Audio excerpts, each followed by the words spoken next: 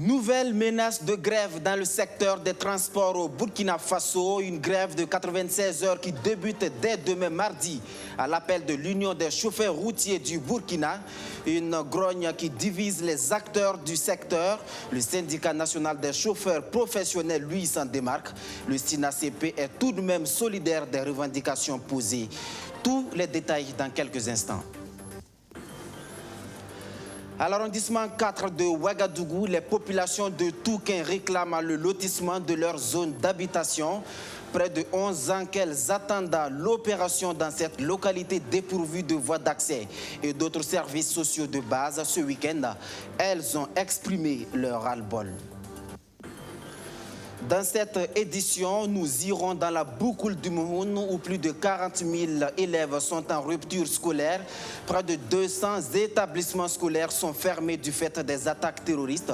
La dernière école attaquée est celle de Bourasso. Le ministre de l'Éducation nationale était sur les lieux. Vous allez le voir, c'est totalement en larmes que le chef de canton de cette localité a plaidé pour la sécurisation de son village. Voilà pour le sommaire de cette édition. Bonsoir à toutes et à tous. C'est une nouvelle grève qui risque de paralyser le secteur des transports au Burkina Faso. Un arrêt de travail de 96 heures à partir de demain mardi. C'est l'Union des chauffeurs routiers du Burkina qui exige du gouvernement une réorganisation du secteur. De son côté, le syndicat national des chauffeurs professionnels, lui, se démarque du mot d'ordre, mais reste tout de même solidaire des revendications de l'UCRB. Stéphanie Hien, Roméo Koita. Le syndicat national des chauffeurs professionnels se démarque du préavis de grève annoncé par l'UCRB, l'Union des chauffeurs routiers du Burkina. Une grève inopportune, selon cette branche des chauffeurs, au regard, dit-elle, du contexte national marqué par une crise économique et des défis sécuritaires. Chaque jour des grèves, et des grèves ici où la population a réellement souffert. Aujourd'hui, nous sommes en mois d'octobre, la rentrée scolaire est là. Pour les pères de famille, on a des difficultés. Nous sommes à la veille des élections. Notre pays est attaqué de gauche à droite par des djihadistes. Et c'est nous encore, les chauffeurs, qui allons nous lever pour faire bloquer toutes les voies pour dire que nous sommes en grève. Nous, les chauffeurs professionnels, nous nous démarquons de cette grève. Si ce syndicat reconnaît la légitimité des revendications de l'UCRB, il dénonce cependant la méthode employée pour les faire aboutir. Des tracasseries routières à la question de la taxe de stationnement, en passant par l'application du règlement 14 sur la charge à l'essieu, à la gestion du fret, Jacques Ilboudo et ses camarades pensent que ces préoccupations peuvent être résolues par le dialogue. Sur la question du fret, par exemple, il propose qu'il soit géré par le Conseil burkinabé des chargeurs. Est-ce qu'on a besoin de faire une grève pour ça, même si elle est légitime? Alors c'est très simple. Écrivons ou demandons une audience au ministre ou au gouvernement. On a eu la chance de rencontrer le président du FASO, le ministre et tout. Dites-le simplement, ah, nous on veut qu'on prenne la gestion du fret, qu'on remette au Conseil burkinabé des chargeurs. Là, le fret sera bien géré plus que quand on remet ça entre les mains des organisations des transporteurs. On n'a pas besoin de faire une grève pour ça. Parce que quand on fait une grève, vous savez qu'il y a eu des grèves passées où les chauffeurs ont perdu leur emploi. Mais qu'est-ce qui a été fait? Qu'est-ce que le syndicat a fait pour eux? Quand on est en grève, on doit gérer, pendant la période de grève, là, on doit gérer ceux qui sont en grève, ceux qui sont au piquet de grève. Qu'est-ce qui a été fait pour eux?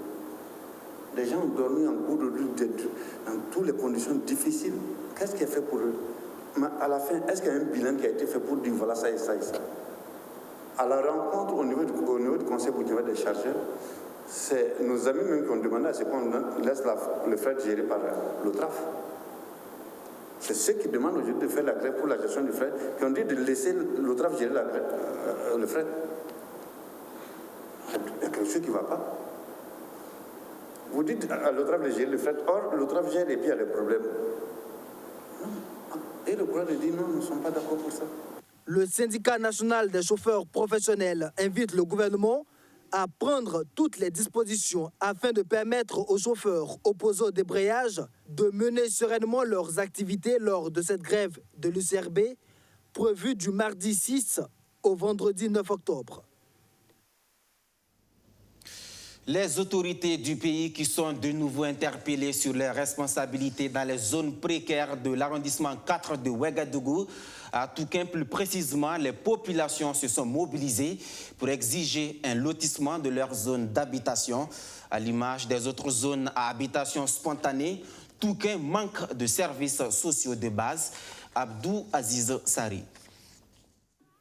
Ils sont sortis nombreux ce dimanche dans l'arrondissement 4 de Ouagadougou pour exprimer leur ras-le-bol. Les habitants du quartier Touquin disent être fatigués de vivre dans une zone non lotie, dépourvue d'eau, d'électricité et de voirie. Ils demandent au gouvernement de prendre ses responsabilités afin que chaque résident de Touquin dispose d'une parcelle. En tout cas, tant que notre situation n'est pas réglée, vraiment, on ne peut pas dormir. On serait sur pied jusqu'à ce que notre problème soit résolu. Donc les autorités n'ont qu'à ouvrir l'œil parce qu'à l'allure où ça va là, nous sommes à l'orée des élections. Et nous prions que notre problème là, l'État puisse prendre en compte. Parce que nous sommes des grands électeurs. Dans les zones non loties, il y a plus de population que dans la zone lotie. Alors donc si on nous prend en compte, ça va nous encourager à aller plus aux urnes. Mais si on ne s'occupe pas de nous, c'est comme si nous ne sommes même pas des Burkinabés. Est-ce que ça va nous intéresser à vouloir voter pour quelqu'un? Alors donc, nous, on serait sur pied tant que notre problème n'est pas résolu. Ce n'est pas une menace, mais c'est une sollicitation envers l'État. Selon le chef de Touquin, les populations de sa localité ont été recensées depuis 2009 et la zone a même été bornée. Il ne comprend pas pourquoi l'attribution des parcelles tarde encore. Ils ont fait les recensements, ils ont posé les bornes et chaque habitant a reçu le ticket d'inscription de son numéro. Et jusque-là, on attend. Bon, après les discussions à l'Assemblée, ils ont fait une enquête parlementaire. Ils ont promis qu'après 6 mois, ils vont nous dire ce qui va se passer. Mais jusque-là, on est resté comme ça. On ne sait pas à quel sein nous vouer. Bon, on attend toujours. 2 lettres auraient été adressées aux autorités pour faire part de leurs préoccupations. Une au médiateur du Faso et l'autre au ministère de l'Urbanisme. Mais M. Sarah Sérémé a réagi. La réaction du médiateur du Faso a été immédiate parce que quand on a déposé la lettre, ça n'a même pas atteint une semaine, on nous a appelés, et les 3 porte-paroles, où on a échangé avec nous. Alors donc, ils nous ont dit qu'ils vont essayer de voir avec les autorités. Et même, ils vont sortir sur le terrain, ils verront ce qu'il y a comme réalité. Et en fin de compte, ils vont nous réappeler pour qu'on voit exactement ce qu'il faut faire pour que vraiment notre problème là puisse être résolu. Parce qu'on a bien fait de venir mettre le médiateur dans le même circuit pour qu'on puisse intervenir dans notre zone. Parce que le médiateur est là pour tout le monde. Les habitants de Touquin disent être engagés à se battre jusqu'à obtenir gain de cause. Cependant, ils ne seront pas d'accord s'il arrivait que pendant l'attribution, certaines personnes recensées se retrouvent sans parcelle. Expression de colère et de ras-le-bol également à Marcoussis, dans l'arrondissement 3 de la capitale burkinabé. Des bruits assourdissants troublent la quiétude des habitants de cette partie de Ouagadougou. D'où proviennent ces fortes détonations? Les populations n'y comprennent rien. Elles ont donné de la voix ce week-end. Marcoussis, quartier périphérique de l'arrondissement 9 de Ouagadougou. C'est la mobilisation générale ce dimanche 4 octobre. Les populations se rassemblent sur la place publique pour exprimer leurs craintes. Depuis près d'une semaine, elles disent faire face à de fortes détonations qui perturbent leur quiétude. Un phénomène étrange qu'elles n'arrivent pas à expliquer. C'est des détonations vraiment terribles. Avant-hier, moi et mes enfants, on a fui aller s'asseoir devant la porte de 1h jusqu'à 2h du matin. Avec ces grosses pluies qui sont tombées, toutes les maisons sont mouillées. Donc on se retrouve dehors avec femmes et enfants. Et les moustiques nous fatiguent. Le jour, les gens se retrouvent sous les arbres parce que quand ça tombe, ça ne va pas. Donc c'est une peur qui habite, en tout cas, toute la population de Marcoussis. Les habitants estiment que ces détonations quasi quotidiennes auraient des impacts sur leur maison. C'est le cas de Jean-Baptiste Yaro qui a pris part ce matin à la manifestation. Il nous montre des fissures qu'il attribue à la puissance des explosions. Quand les tôles vibrent, moi je suis un ancien mineur, je travaille à la mine d'or de Poura, mine souterraine. Mais quand ça commence, je dis ça c'est un truc souterrain, c'est pas simple. Mais où c'est? On ne connaît pas. Même c'est là que les gens sont rassemblés. Je dis non, moi, Ce qui nous arrive aujourd'hui, là, c'est un truc souterrain, c'est pas ciel ouvert. Voilà, ciel ouvert, ce sont les carrières. Mais c'est pas souterrain, quand tout le terrain bouge, même les tôles vibrent, tout le monde ne peut pas dormir. Donc, après, même ma femme, je n'ai pas constaté, c'est ma femme qui est venue me dire, ah, bien voir, il faut mieux réfléchir. Face à la persistance du phénomène, les hypothèses sur l'origine de ces bruits assourdissants vont bon train. De l'exercice militaire, en passant par l'explosion souterraine à la thèse mystique, la psychose gagne de plus en plus de terrain à Marcourcy. Et pour en avoir le cœur net, les riverains disent avoir fait part de leurs inquiétudes aux autorités communales il y a cela 3 jours. Mais jusque-là, il n'y aurait pas encore eu de réponse. Nous sommes allés au Bimigé poser notre problème. Ils nous ont bien reçus. Et ils nous ont conseillé de revenir vers la mairie. Au niveau de la mairie, nous sommes arrivés, on a été très bien accueillis et nous avons pu déposer notre écrit pour tenir informé monsieur le maire et son conseil municipal de ce que nous vivons comme difficulté à Marcourcy. Maintenant, on s'est dit que avant-hier, hier, personne n'est passé demander comment la situation se passe. Les populations invitent les autorités à élucider ce phénomène le plus tôt possible avant que le pire ne survienne.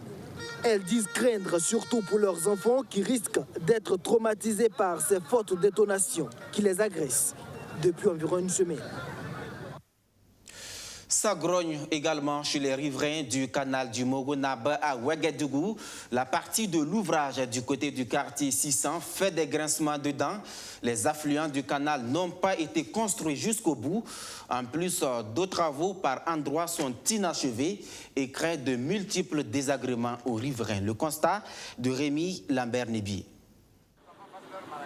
Quartier 600 de Ouagadougou, ces riverains du canal du Moronaba discutent de la qualité des travaux de construction de ce canal.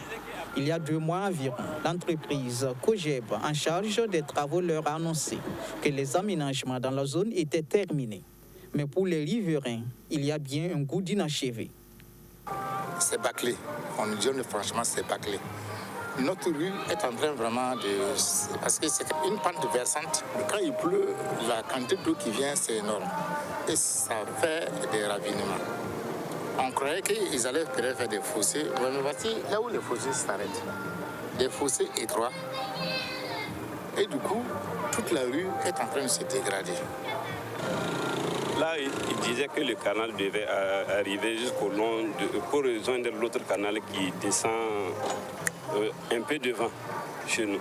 Bon, mais notre grande surprise, le canal est petit et puis ils ne sont pas partis loin.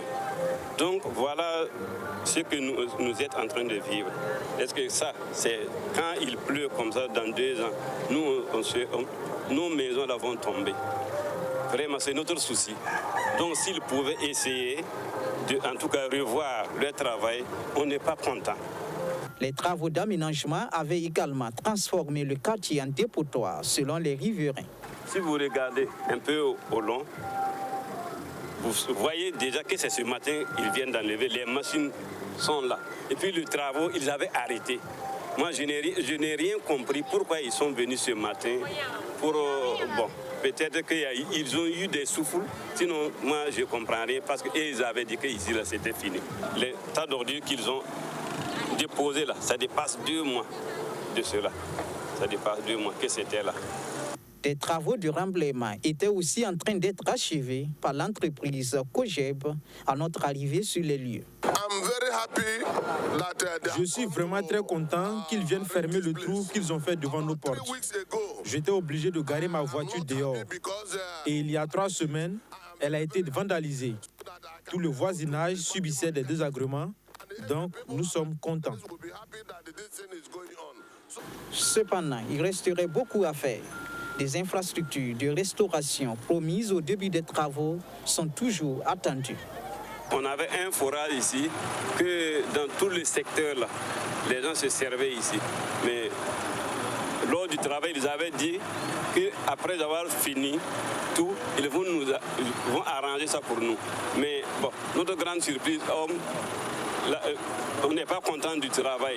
Donc on ne sait pas, peut-être c'est dû à ça, ils n'ont pas arrangé notre forage là pour nous.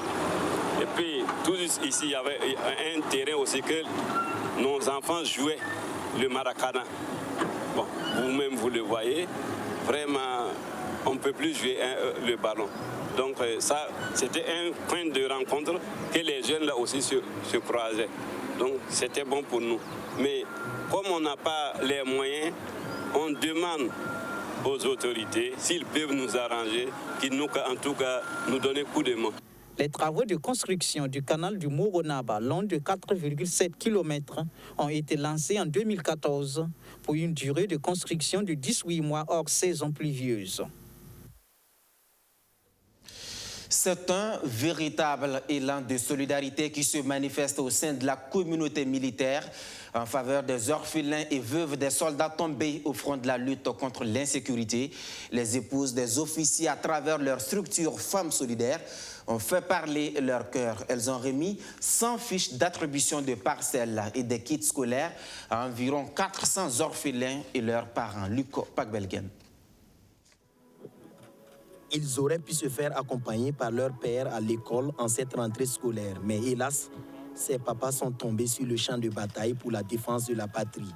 Pourtant, l'école reprend avec toutes les dépenses qui vont avec afin d'aider les veuves, les orphelins et les familles des combattants tombés sur le théâtre des opérations à faire face aux besoins quotidiens.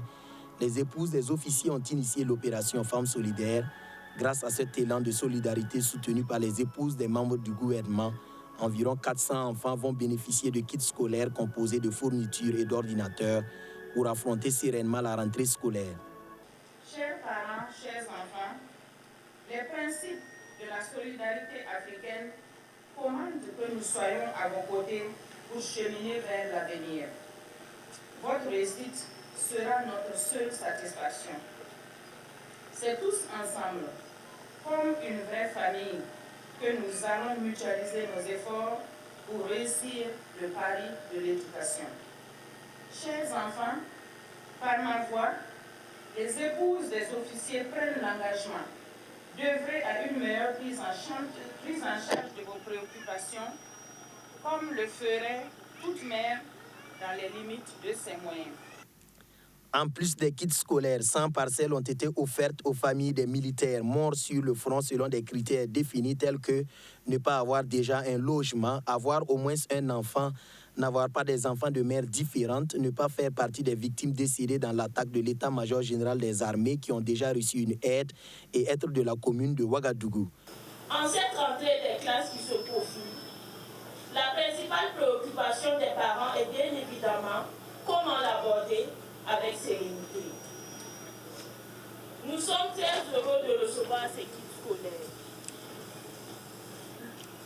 Le geste qui vient d'être fait à notre endroit ce matin prouve à souhait que nous ne sommes pas seuls et que nous avons une famille malgré la perte de nos parents.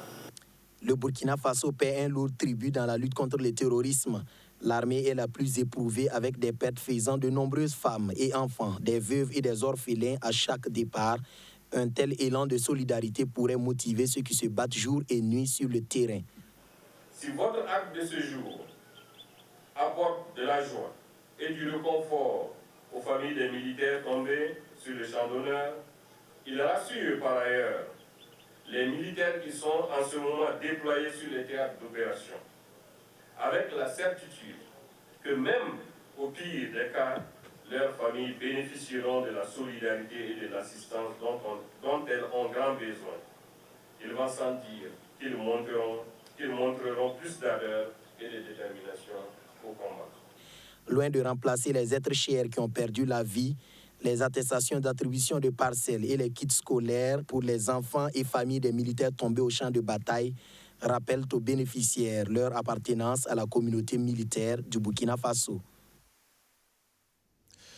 À présent, ces chiffres effarants dans la boucle du Mohun, environ 40 000 élèves mis hors du circuit scolaire, près de 200 établissements scolaires fermés du fait des attaques terroristes. 4 provinces de cette région sont touchées par l'insécurité. Sur les traces des écoles attaquées ce week-end, le ministre de l'Éducation nationale Stanislas Waro s'est rendu à Bourasso où le matériel scolaire a été complètement incendié en fin septembre dernier. Face à l'ordre du jour, vous allez le voir, le chef du canton a fondu en larmes. Archimède Boy. Des impacts de balles, du matériel scolaire entièrement calciné. C'est le décor dans cette école primaire de Bourasso, sur l'axe d'Edougou-Nouna. Le chef de ce canton ne peut contenir ses larmes face à ce spectacle de désolation. Si on pouvait avoir un commissariat de police au milieu ici, comme ça allait nous épargner de beaucoup de choses. Vous voyez comment est la situation. Nous sommes dépassés. Vraiment, moi...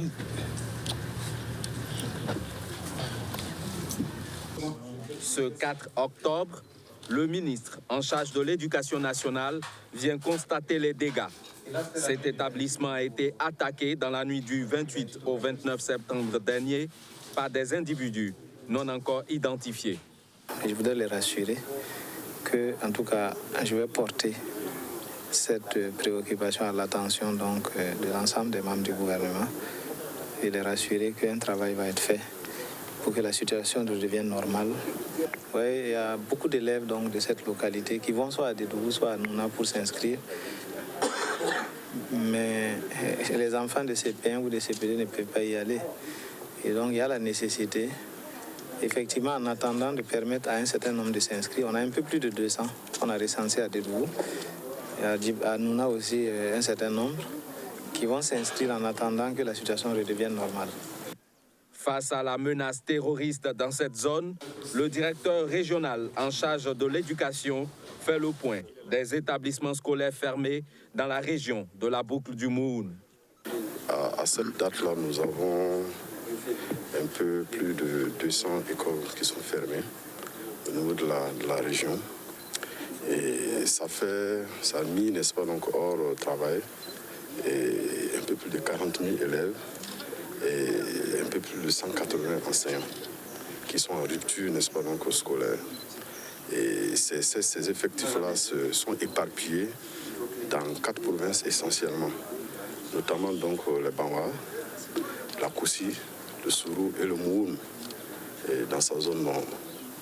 À la date du 21 septembre 2020, on dénombre sur l'ensemble du territoire national 2397 écoles fermées et 60 000 élèves déplacés internes du fait des attaques terroristes.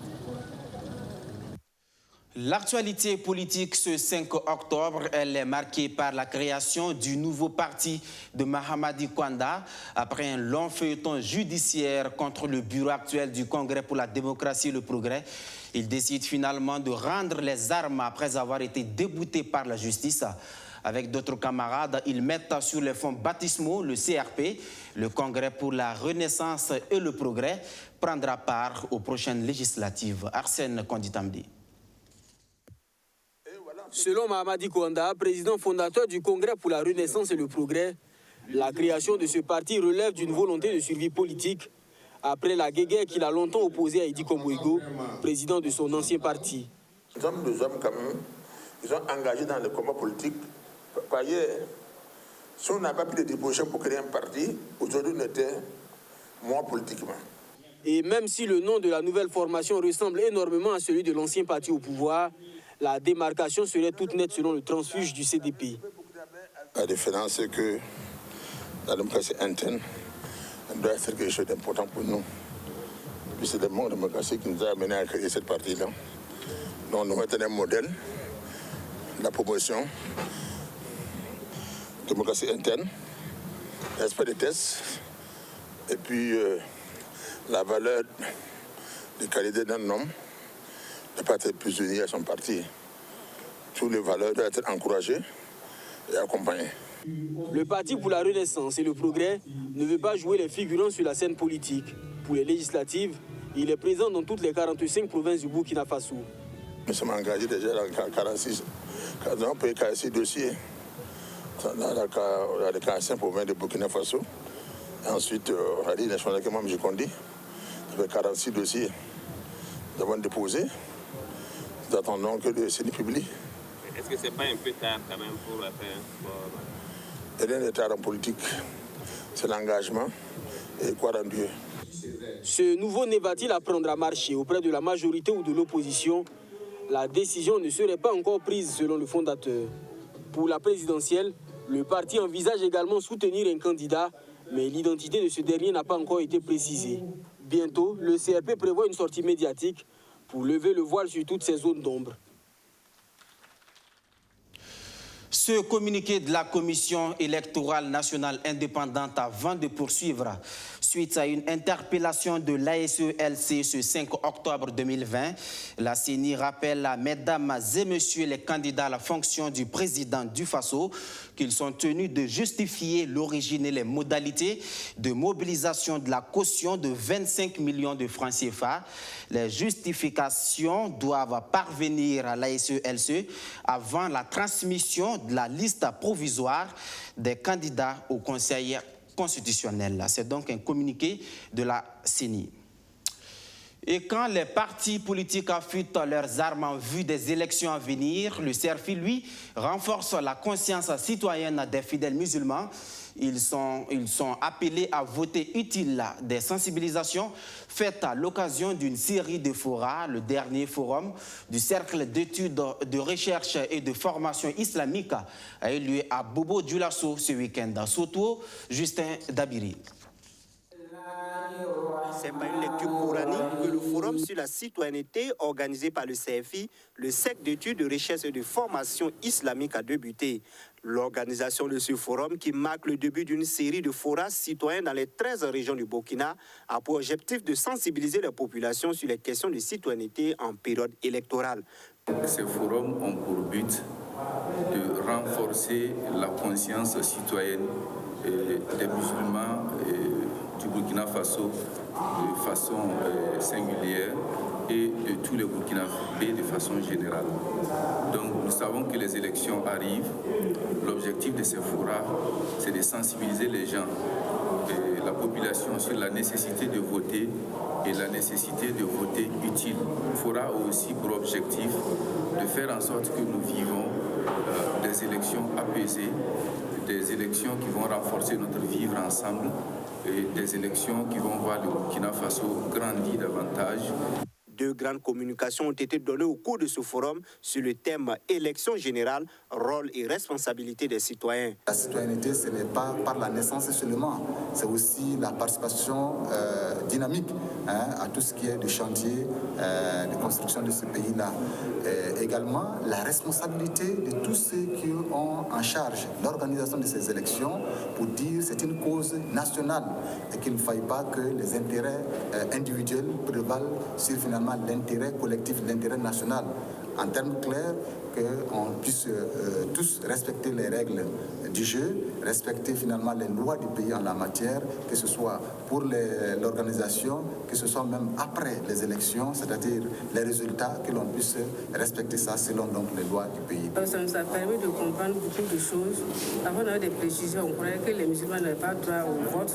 Mais vraiment, avec ces deux communications, on a bien compris que les musulmans ont son rôle à jouer dans la culture de la nation. Et maintenant aussi, on va les sensibiliser aussi à aller voter, pour aller choisir nos représentants le 22 novembre prochain. Pour des élections réussies et apaisées au Burkina Faso, le CFI compte jouer son rôle de veille citoyenne en mettant en place une équipe de plus de 1000 personnes pour l'observation des élections de novembre 2020.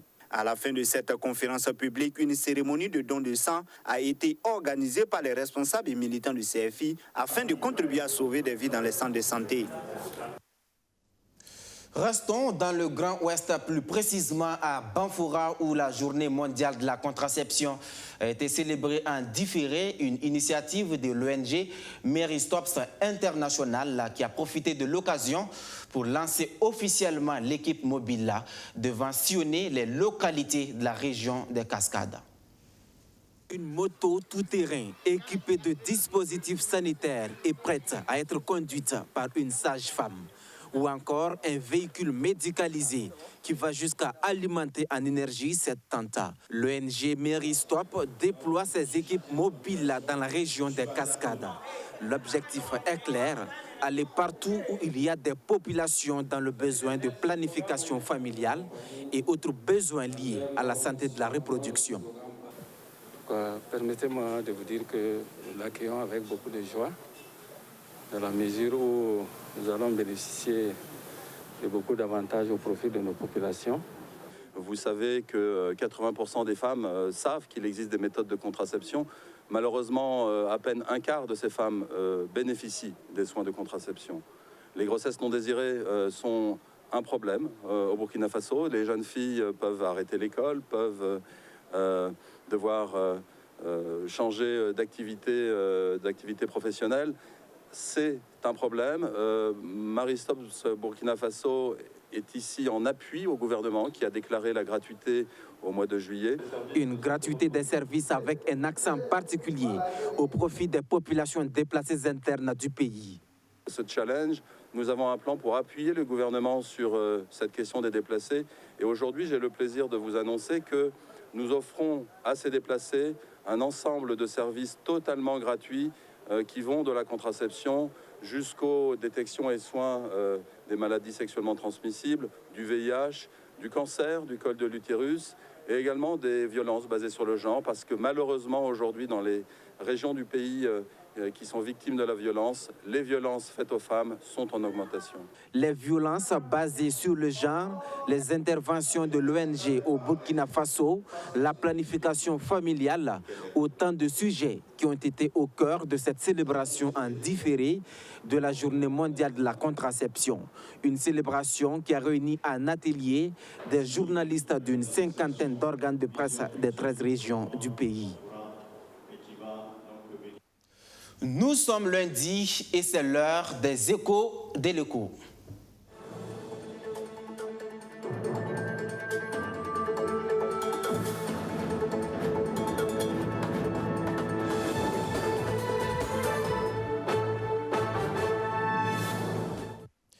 Cette semaine, la chronique économie de Rémi Lambert-Nébier s'est intéressée aux conséquences économiques de la crise sanitaire sur le secteur bancaire.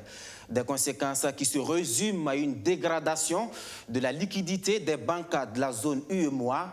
On parle d'un déficit de plus de 750 milliards de francs CFA. Qu'en est-il exactement? Quelles sont les inductions de cette situation? Élément de réponse donc dans la chronique éco de ce lundi. Les banques de la zone UEMOA manqueraient-elles de liquidité? La question se pose. Cependant, elle n'émane pas d'une quelconque difficulté éprouvée par ces banques, mais du rapport du comité de politique monétaire de la BCEAO qui laisse quelque peu interrogatif. Selon le rapport, la liquidité propre des banques de l'espace communautaire s'est dégradée au deuxième trimestre de l'année 2020 pour se situer à un bilan négatif de moins 3 698,8 milliards de francs CFA. La crise sanitaire a beaucoup influé sur le secteur financier.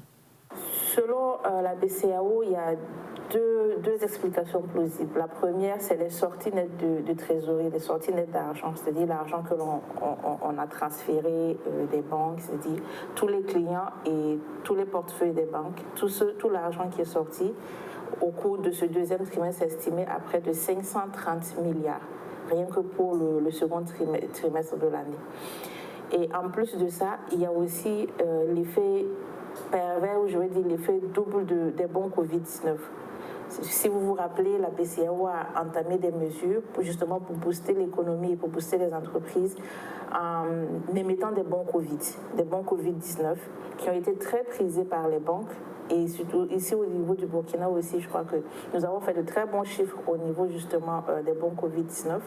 Donc les banques ont emprunté de l'argent moins cher au niveau de la BCEAO durant cette période-là.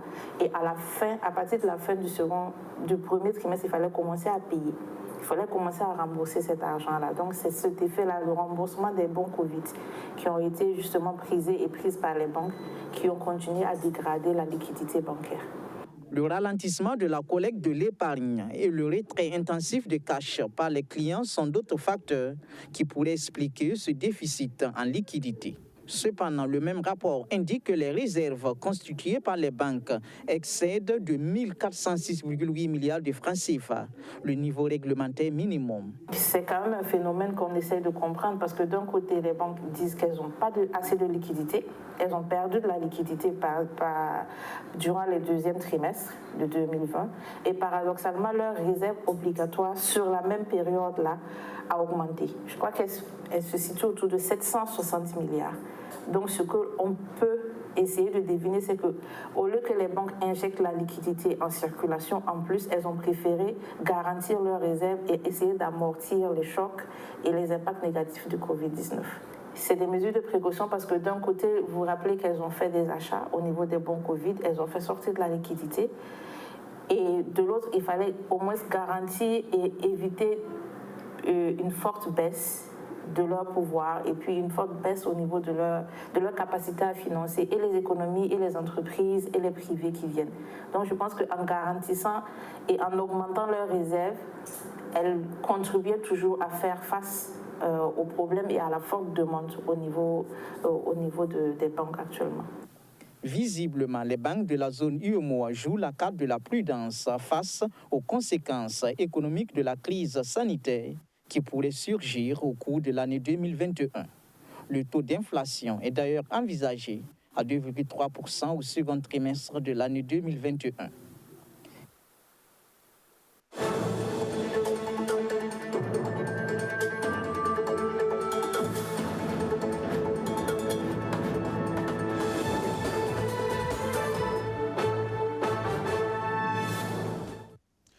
Actualité malienne et cette question, l'opposant politique Soumaïla Cissé a-t-il été libéré par ses ravisseurs? Rien n'est précis à cette étape. On sait juste que les autorités maliennes ont relâché ce lundi une centaine de terroristes en échange de l'homme enlevé en mars dernier et d'une humanitaire française enlevée depuis 2017. Sophie Pétronin, 75 ans, dernier otage français dans le monde, sera-t-elle bientôt libérée? Le Mali vient de relâcher plus d'une centaine de djihadistes pour obtenir en échange la libération de Sophie Pétronin, enlevée il y a plus de 3 ans et demi, et de cet homme, Soumaïla Cissé, kidnappé en mars. Cet ancien chef de l'opposition, qui a été 3 fois deuxième à l'élection présidentielle, est une figure de poids de la politique malienne. Et son enlèvement en pleine campagne législative est sans précédent dans le pays. La famille de Sophie Pétronin reste prudente. Les dernières images de cet humanitaire remontent à 2018. Selon ses proches, Paris disposait d'une preuve de vie en mars dernier. En bref, toujours au Mali, sachez qu'un nouveau gouvernement fort de 25 membres a été formé ce lundi. Les secteurs clés sont aux mains des militaires. Des secteurs comme la défense, la sécurité, l'administration territoriale et la réconciliation nationale. Merci de votre confiance renouvelée depuis Kongoussi dans le BAM. À demain pour d'autres actualités.